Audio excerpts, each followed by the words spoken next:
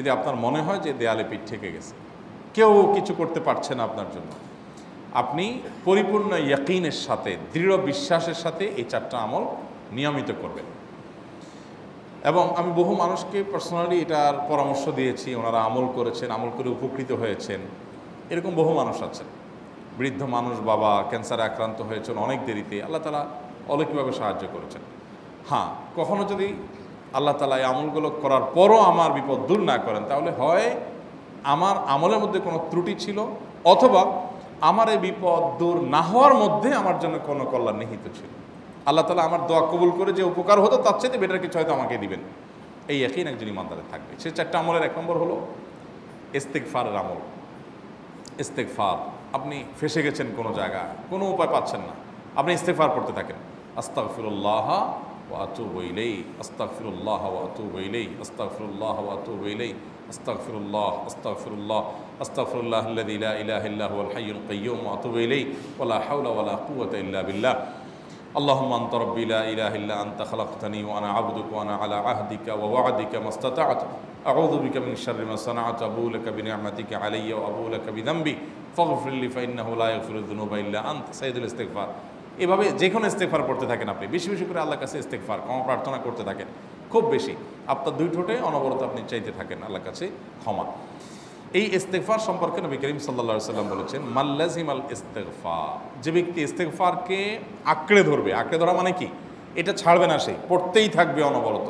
টয়লেটে যাওয়ার সময়টা, ঘুমের সময়টা, খাওয়ার সময়টা বাদে, অবসর নামাজের সময়টা বাদে বাকি সারাক্ষণ সে ইস্তেগফার পড়বে।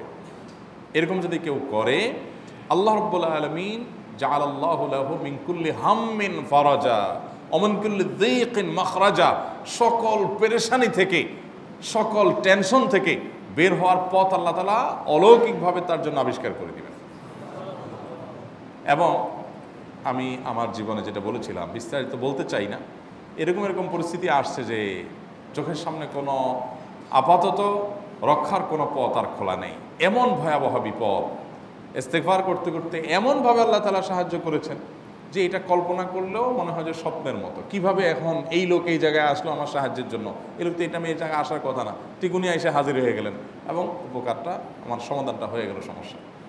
তো আলহামদুলিল্লাহ, বহুবার আমি পরীক্ষা করেছি, আর আমার পরীক্ষার 2 পয়সার দাম নাই। হাদিসে বলা আছে, গ্যারান্টি দেওয়া আছে, আমার পরীক্ষা করলেই কি না করলেই কি।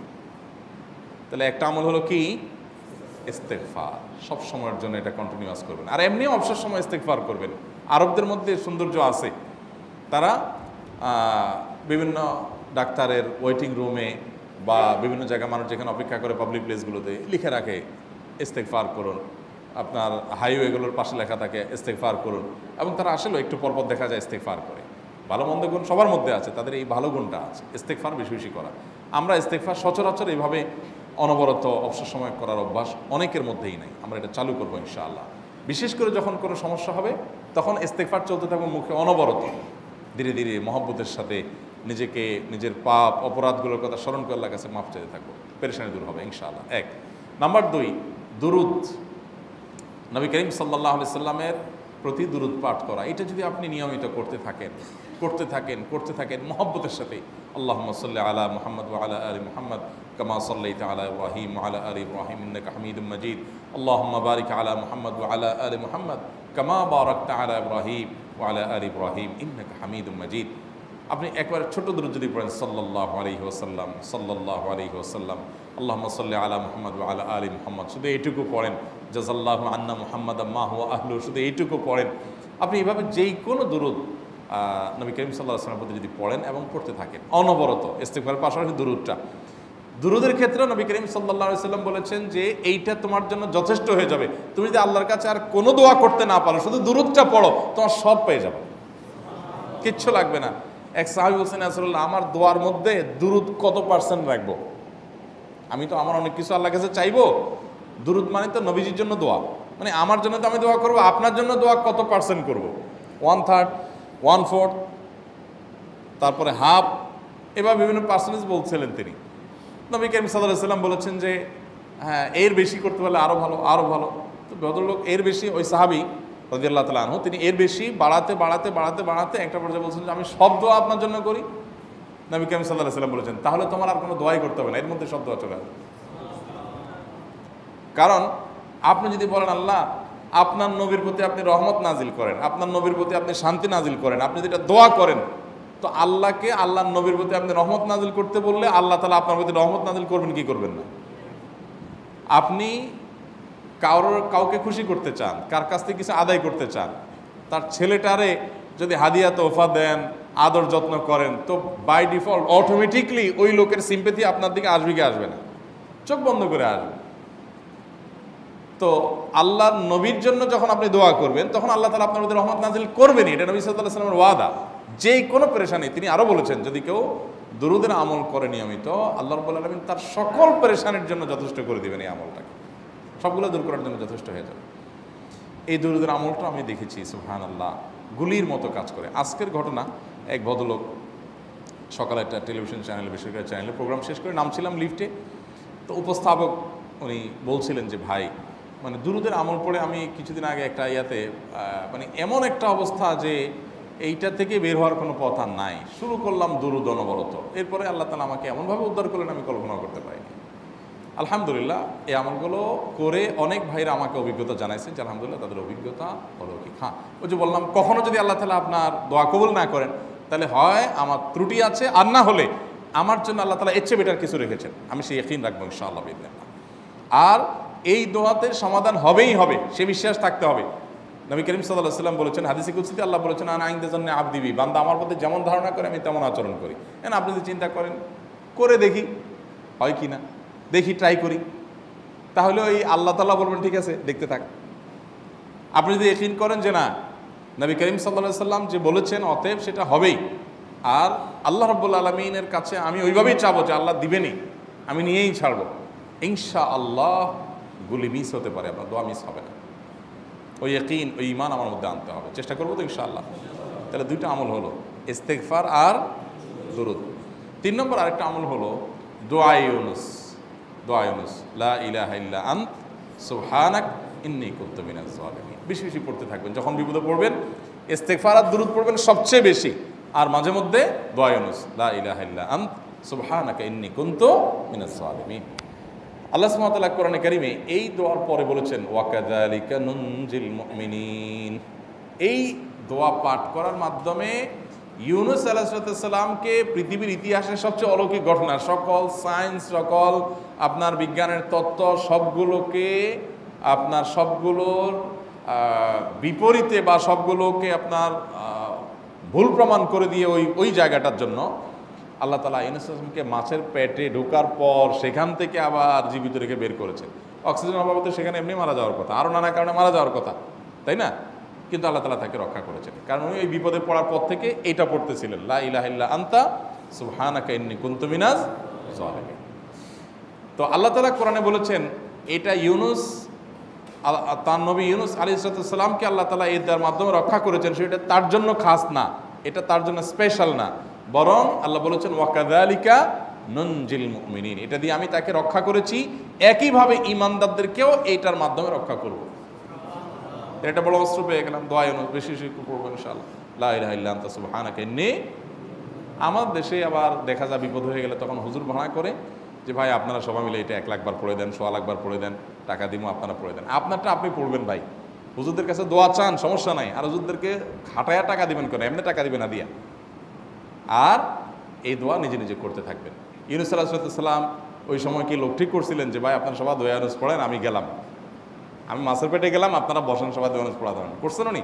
ওনারটা উনি করছেন, তো আপনারটা আপনি শুরু করবেন দোয়া ইউনুস না। 4 নম্বর আমল হলো ইয়া যাল জালালি ওয়াল ইকরাম, এটা বিশেষ করে পাঠ করবেন। নবী করিম সাল্লাল্লাহু আলাইহি ওয়াসাল্লাম বলেছেন আলিজু বিয়া যাল জালালি ওয়াল ইকরাম, ইয়া যাল জালালি ওয়াল ইকরাম, এইটাকে তোমরা আঁকড়ে ধরবে। ইয়া যাল জালালি ওয়াল ইকরামের মানে কি? এটা আল্লাহকে ডাকা, আর কিছু না, এবং হাদিসে বর্ণিত দোয়া, এটা মাসনুন দোয়া। ইয়া যাল জালালি ওয়াল ইকরাম মানে হে মহা ক্ষমতার অধিকারী, প্রতাপশালী এবং সম্মানের মালিক, এটা বলার মানে হলো আল্লাহর কাছে নিবেদন করা, যেহেতু আপনার প্রতাপ আছে, আপনার জালাল আছে, আপনার বড়ত্ব আছে, হে বড়ত্বের অধিকারী এবং হে সম্মানের অধিকারী, আপনার যেহেতু আল্লাহ তাআলা এটা, আপনার যদি এটা আছে, অতএব হে আল্লাহ আপনি আমাকে এটা দান করুন, আপনার সেখান থেকে আমার প্রতি রহম করুন, আপনার সেখান থেকে আমাকে, আপনার বড়ত্ব থেকে আমাকে আপনি হেফাজত করুন, আপনার একরাম থেকে আমাকে আপনি, তা দিয়ে আপনি আমাকে রহম করুন। তো সেই দোয়া আল্লাহ তাআলার কাছে নিবেদন করতে পারি, ইয়াদাল জালালি ওয়াল ইকরাম। এর পাশাপাশি তাহাজ্জুদের নামাজ এবং যে কোনো নফল নামাজ, কারণ নবী সাল্লাল্লাহু আলাইহি সাল্লাম ইজা হাজাবাহু আমরুন সাল্লাহ, নবীজি সাল্লাল্লাহু আলাইহি সাল্লামের কোনো পেরেশানি শুরু হলে আগে ওযু করে 2 রাকাত নামাজ পড়তেন, ওযু করে 2 রাকাত নামাজ পড়তেন। আমাদের যখন পেটে ব্যথা শুরু হয় আগে কার কথা মনে পড়ে? ডাক্তারের কথা মনে পড়ে। যখন গায়ে জ্বর আসে সবার আগে মনে পড়ে কিসের কথা? নাপা, নাপা, ঠিক না? জ্বর আসছে গায়ে, সবার আগে আমরা কি চিন্তা করি? নাপা। নাপা আপনি চিন্তা করেন, খান, নিষেধ না তো, ওষুধ গ্রহণ করা সুন্নত, নবী সাল্লাল্লাহু আলাইহি সাল্লাম নির্দেশ করেছেন ওষুধ সেবন করতে, আপনি করেন, ভালো কথা। কিন্তু ইমানদার সব কিছুর আগে ব্যথা আসছে, তাহলে ব্যথার জন্য একটা ওষুধ দোয়া শিখেছেন, দোয়াটা আগে করবে, পাশাপাশি ওইটা করবে। এলো ইমানদারের কাজ। আমরা আজকাল ইমান থেকে অনেক দূরে সরে গেছি। আল্লাহ আমাদের সেই ইয়াকিন দান করুন। তাহাজ্জুদের সময় দোয়া, অনেক বেশি দোয়া কবুল হয়। তাহলে 4টা আমল ইনশাআল্লাহ আপনাকে এই ভয়াবহ বিপদ থেকে উদ্ধার করার জন্য সাহায্য করবে ইনশাআল্লাহ। সে ইয়াকিন নিয়ে করবেন। সেই সাথে as-সাদাকা তারদুল বালা, দান সাদাকা করা, অন্যান্য যে আমলগুলো আছে টুকটাক সেগুলোর সাথে সাথে চালানো। বাকি এই 4টাকে বেসিক্যালি একটু জোরভাবে করতে